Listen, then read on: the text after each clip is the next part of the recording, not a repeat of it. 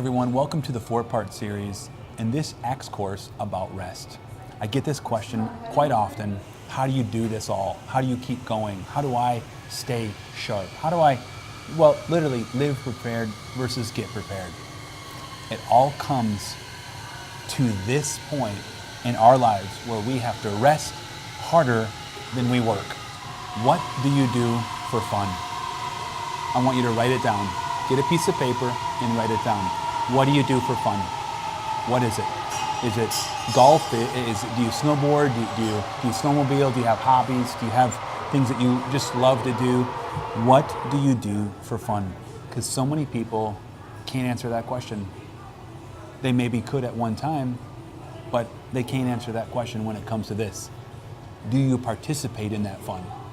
So on your list, what do you do for fun? And then ask yourself the question, have you done it lately? Second question, what are you doing on your day off? Think of the next day off in front of you. What is the plan? What are you going to do? If you don't plan your rest, the rest is never planned. So the question is just simply this: what is your next day off going to be?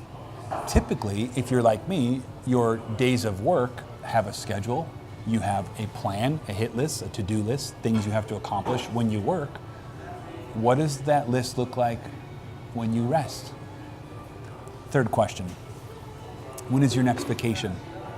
Is it on the calendar? Have you placed it there?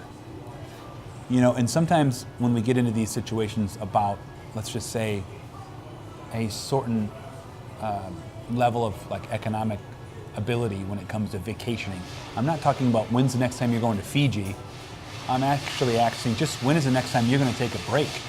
Use the vacation at your place of employment, or you are just going to step away from the work for a few days. When is that vacation? If you're married, let me ask you this question.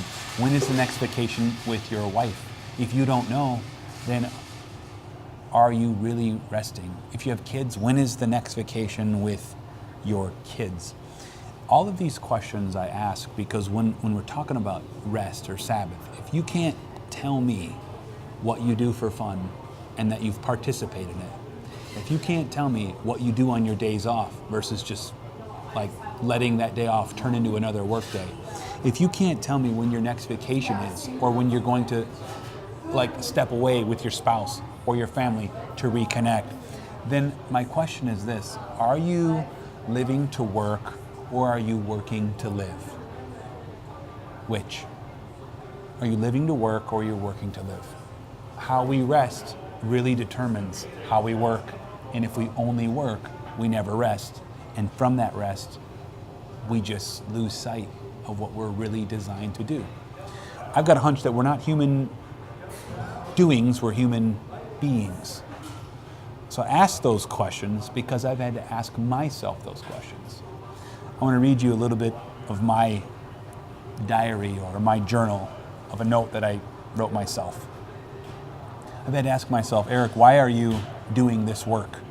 Specifically, when I was pursuing my master's, why is it on your list? Learning and retention would be near the top. This is what I wrote to myself. However, this has caused you, Eric, to sacrifice a day of rest. My day off has become a day of school, catch up with school, read for school, basically another day of work, not rest.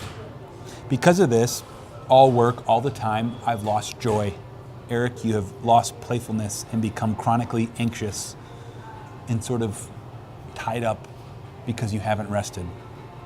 Lately, the retention of even learning has become a challenge because you are not exhaling. I'm too busy reading how I'm supposed to think that I don't have time to think.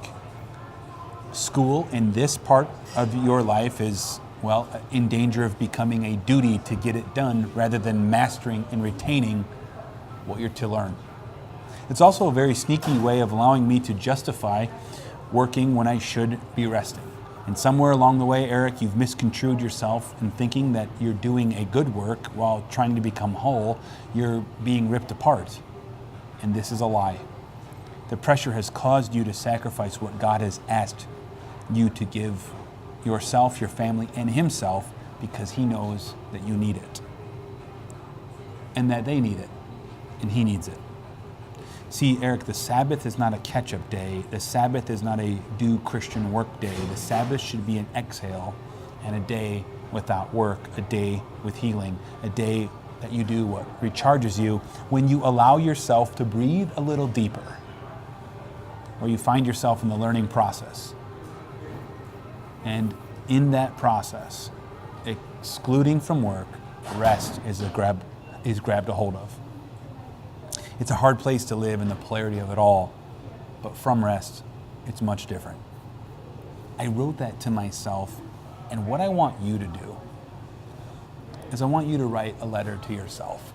In this first installment of this Acts course on Sabbath, on rest, I want you to ask those questions. And if you are like me and you can't answer those questions of what do you do for fun and when are you going on your next vacation and are you participating in the things that make you feel alive and when you like unplugging and what is your day off going to be filled with? If you can't answer those questions, then I got a hunch you're working not to live, but you're living to work.